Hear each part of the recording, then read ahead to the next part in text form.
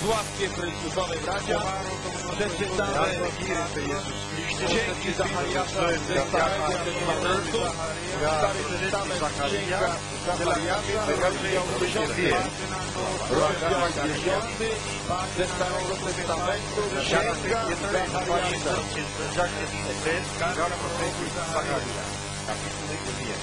Proście Pana,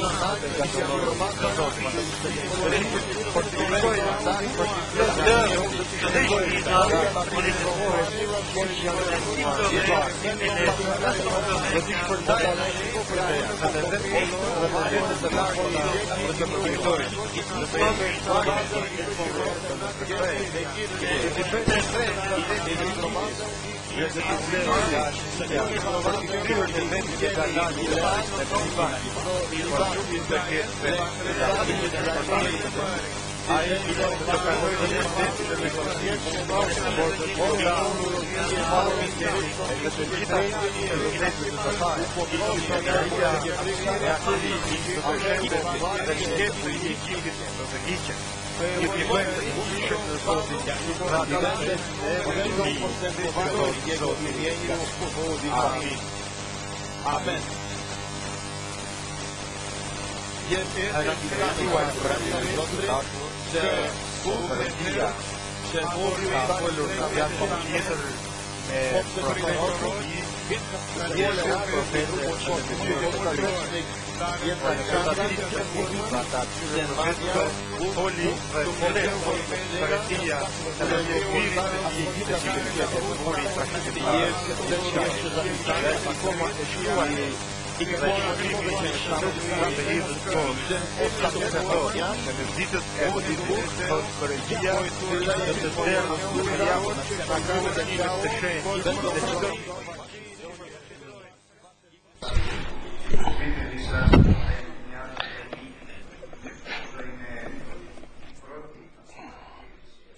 Et ça, c'est la première église apostolique. À cette période, je vais verser sur mes fidèles, mes disciples, mon Saint-Esprit, et ils prophétiseront. Et je ferai des signes dans le ciel. Il y aura des signes qui seront visibles. Et ce sont les 7 ans de la période de l'Antéchrist. Et l'écriture ne peut pas être changée. Et par rapport à la parole prophétique du livre, comme quelqu'un qui met des grains dans le sable pour pouvoir semer.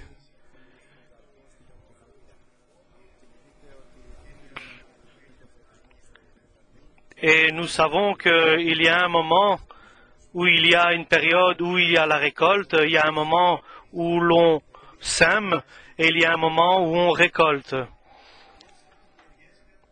Les temps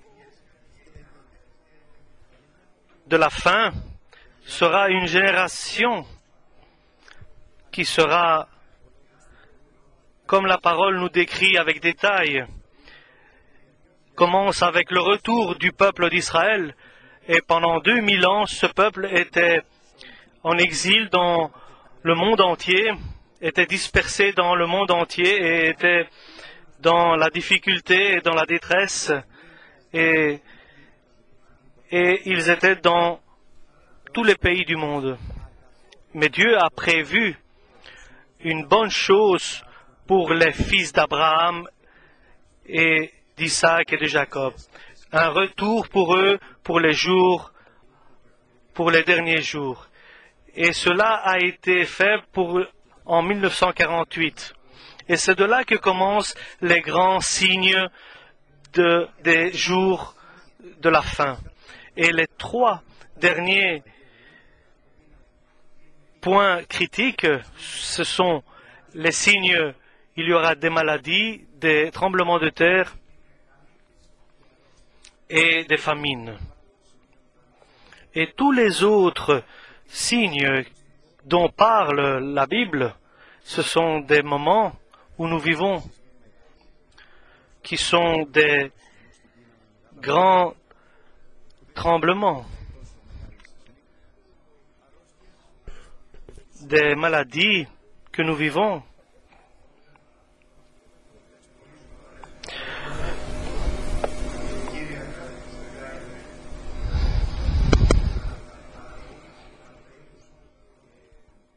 Et il y a aussi le sida qui a envahi l'humanité et beaucoup d'autres maladies qui ont été sur les animaux avec la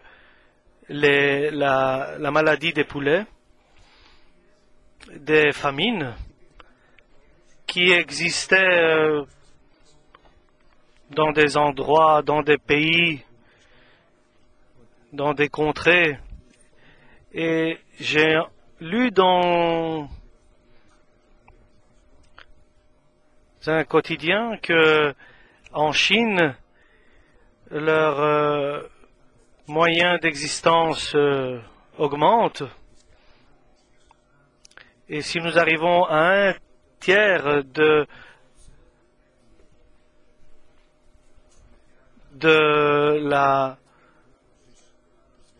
de l'utilisation de l'essence, et en Chine, 1 sur 100 a un véhicule, et si ils ont 40%,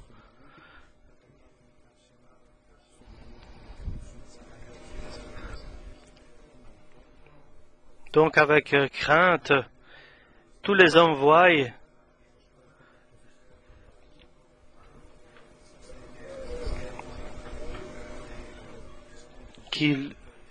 tous ces voies sans issue et ces difficultés qui est sur la terre proviennent à cause des systèmes qui ne peuvent pas donner à chacun ce qu'il a besoin. Ce qui nous intéresse, chers frères et sœurs, avec certitude, nous savons que cette planète, l'humanité, approche vers une impasse.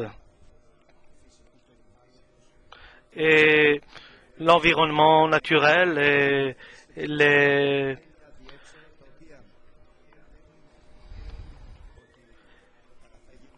nous voyons qu'il y a une totale impasse dans ce monde avec tout ce qui existe comme pollution, et nous voyons que la température de l'environnement s'élève rapidement, et si elle s'élève de 3 degrés, la Suisse n'aura plus de neige sur les montagnes et les glaciers des pôles vont fondre. Une grande partie de ces glaciers vont fondre. Mais notre message aujourd'hui est dans ces situations-là. Ce sont des situations qui ont été prophétisées. Les hommes voient ces choses qui se déroulent devant eux, qui s'accomplissent, et avec un rythme rapide. Et nous aurions pu les penser beaucoup plus tôt, ces événements, mais ils ont été plus rapides que ce que nous les avons prédits. Que faisons-nous, nous, comme êtres humains, dans cet environnement où nous vivons et dans ce monde qui vient devant nous? Que faisons-nous comme nous sommes une famille, comme une église? Avant de continuer, je vais vous dire quelque chose d'autre qui m'a fait beaucoup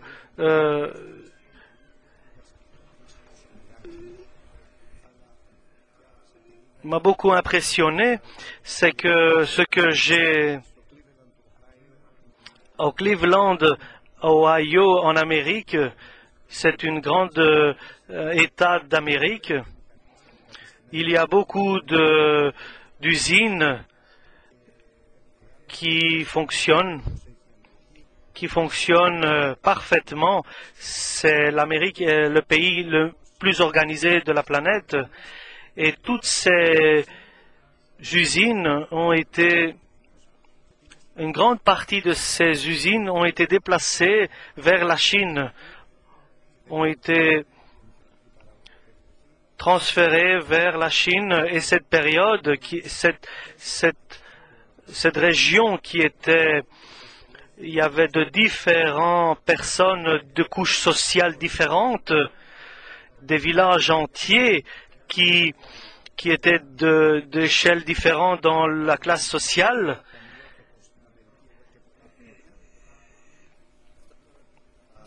Et cette région sont restées mortes, puisque c'est comme avant, lorsqu'il y avait les chercheurs d'or, lorsque l'or était fini, l'endroit devenait désert.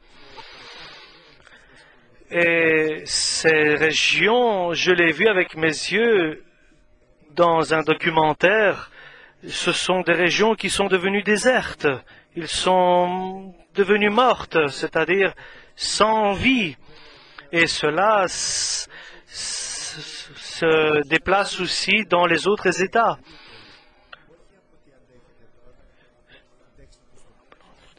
Et nous voyons que le problème économique vient aussi ici en Grèce. Nous voyons celui qui avait un salaire ne l'aura peut-être plus demain. Et nous devons faire attention et faire des économies dans notre vie. Et le problème n'est pas là. Et le message n'est pas là. Le message est: que faisons-nous comme chrétiens? Que faisons-nous comme des personnes de Dieu, des enfants de Dieu?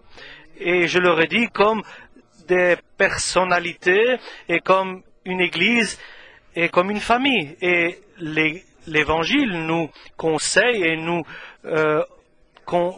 donne des commandements, et celui qui veut prendre la parole de Dieu, le Nouveau Testament, qui est le conseil et le commandement, et ce sont des règles à suivre, parce que nous avons le droit, par la parole de Dieu,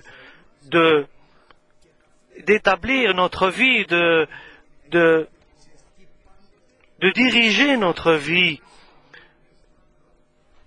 dans le prisme de la parole de Dieu, de guider notre vie et de nous diriger dans les propositions de Dieu. Et il y a un conseil de Dieu. Le moment, demandez de Dieu d'avoir de la bénédiction, une grande bénédiction, parce que cette grande bénédiction a été donnée, a été préparée, et il va envoyer à toute chair son Saint-Esprit, et ils vont prophétiser par le Saint-Esprit tous ceux qui acceptent la parole de Dieu comme la loi dans leur vie. Je voudrais que la parole de Dieu soit pour moi un commandement, et je voudrais que pour vous, ça soit la même chose. Demandez la bénédiction, et demandez une bénédiction, et une bénédiction du Saint-Esprit. Demandez dans le spirituel, dans vos relations spirituelles avec Dieu, de demander rien d'autre. À Baruch, Dieu lui a dit, ici, tout se détruit, et toi tu demandes de grandes choses. Ne demande pas de grandes choses, mais fais attention, moi je te promets que si tu demandes de faire ma volonté, moi je te gracierai ta vie, et je vais en faire ta vie une vie de guerre, une vie de bataille, parce que le diable s'efforce, et il s'efforce pour faire tomber le chrétien. Et c'est ce que nous voyons, les pièges du diable, nous voyons par nos enfants, dans les rues, partout. Mais nous remercions le Seigneur parce que celui qui habite en nous est plus grand que celui qui habite dans le monde. Nous remercions Dieu parce que notre Seigneur est le Seigneur de toute puissance, et il est le Seigneur de tout ce qui est céleste, terrestre et sous la terre. Et il nous donne aussi le pouvoir. Il dit, le Seigneur nous dit, je vous donne le pouvoir à mes disciples, je vous donne mon pouvoir à ceux qui sont enseignés par Jésus lui-même, par ceux qui acceptent l'enseignement de Jésus et qui ont comme enseignance, comme maître simplement le Seigneur Jésus-Christ. Et je vous donne le pouvoir de marcher sur la force de l'ennemi et demander la bénédiction de Dieu. Et ça, c'est le conseil. Et ce n'est pas simplement une recommandation, mais il faut vous rester éveillé, faites attention et priez. Ça, c'est la recommandation que le Seigneur nous donne, parce que nous ne savons pas lorsque le Seigneur viendra prendre son Église. Nous devons demander la bénédiction du Seigneur. Demandez lorsque le Seigneur enverra sa bénédiction comme une pluie sur la terre, demandez que cette pluie soit comme un torrent, qu'elle soit comme une pluie torrentielle. Et bien sûr, ça symbolise la bénédiction de Dieu, et que Dieu nous donne beaucoup que nous ayons beaucoup de fruits, que la récolte soit grande, et le Seigneur enverra à ceux qui demandent, pas à ceux qui entendent, mais à ceux qui demandent. Oui, ceux qui disent, oui, c'est vrai, nous sommes dans les derniers jours, nous sommes dans la... Non, à ceux-là, il ne donnera pas, ni à ceux qui croient, mais celui qui croit, oui, c'est bien, mais c'est à ceux qui se soumettent à sa parole. Ceux qui écoutent ma parole et la mettent en pratique, c'est lui qui entrera dans le royaume des cieux. Donc à ceux qui prennent une décision ferme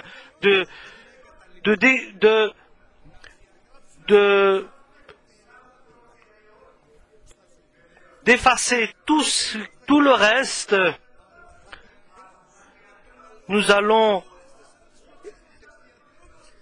retirer de notre esprit toute autre chose et demander d'abord la bénédiction de Dieu.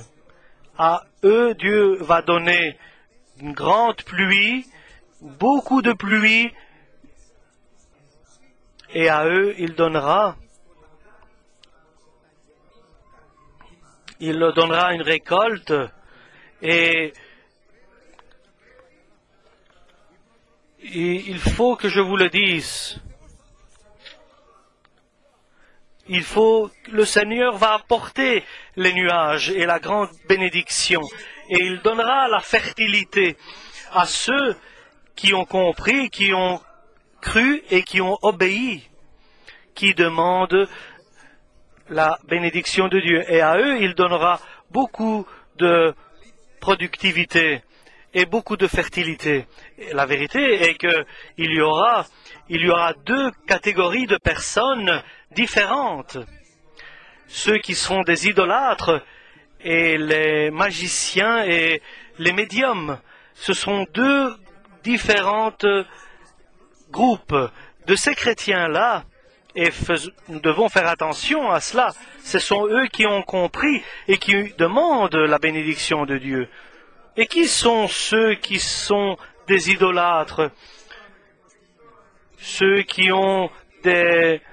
sont des chrétiens qui ont d'autres priorités dans leur vie à part la bénédiction de Dieu. Ils ont fait idole leur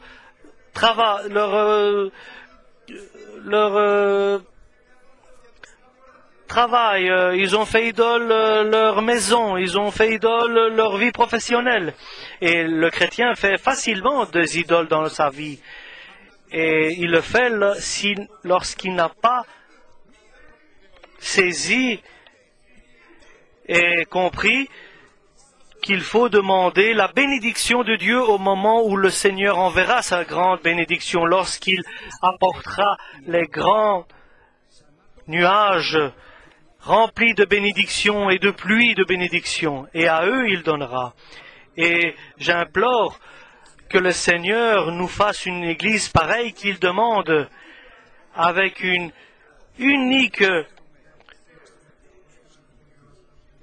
demande, parce que nous sommes à cette période de la bénédiction finale, que le Seigneur nous fasse une famille pareille, et qu'il nous fasse aussi des personnes comme cela, et que notre priorité sera la bénédiction de la bénédiction finale.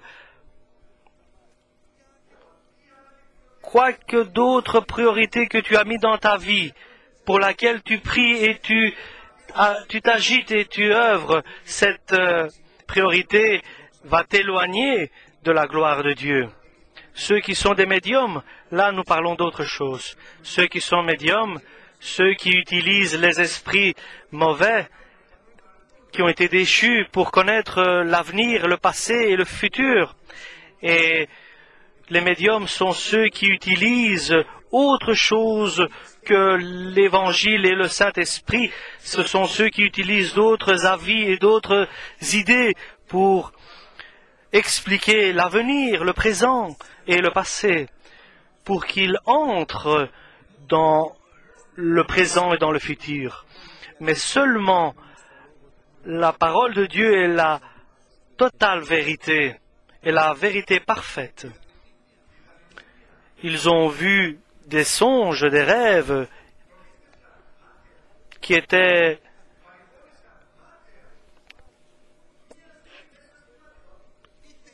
sans importance.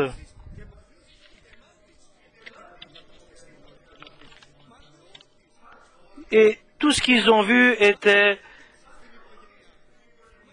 sans importance. Tout ce qu'ils font dans leur vie est ils sortent, est futile, est inutile, et tout ce qu'ils font est vanité. Et après, il y a la déception, et alors ils peuvent entrer, mais par le feu, passer par le feu, par de grandes épreuves pour arriver au ciel. Parce qu'il n'y avait pas pour eux un pasteur. Ils n'avaient pas de pasteur qui les guide. Parce que le Seigneur guide le peuple qui demande Jésus collabore avec son peuple qui a compris là où il habite, avec qui il vit, où il se trouve, et l'important, où il va. Et notre prière aujourd'hui est la suivante. Seigneur, sois dans ma vie le bon pasteur qui va me guider en vérité dans des pâturages et dans des eaux de repos. Et toi, tu seras avec moi même si je passe dans des ravins de l'ombre, et même si tous les démons se lèvent contre moi, mais moi, je serai sur ta table, à ta table, et je me souviendrai de ton sacrifice, et je glorifierai ta résurrection, et je te glorifierai pour les siècles des siècles. Amen.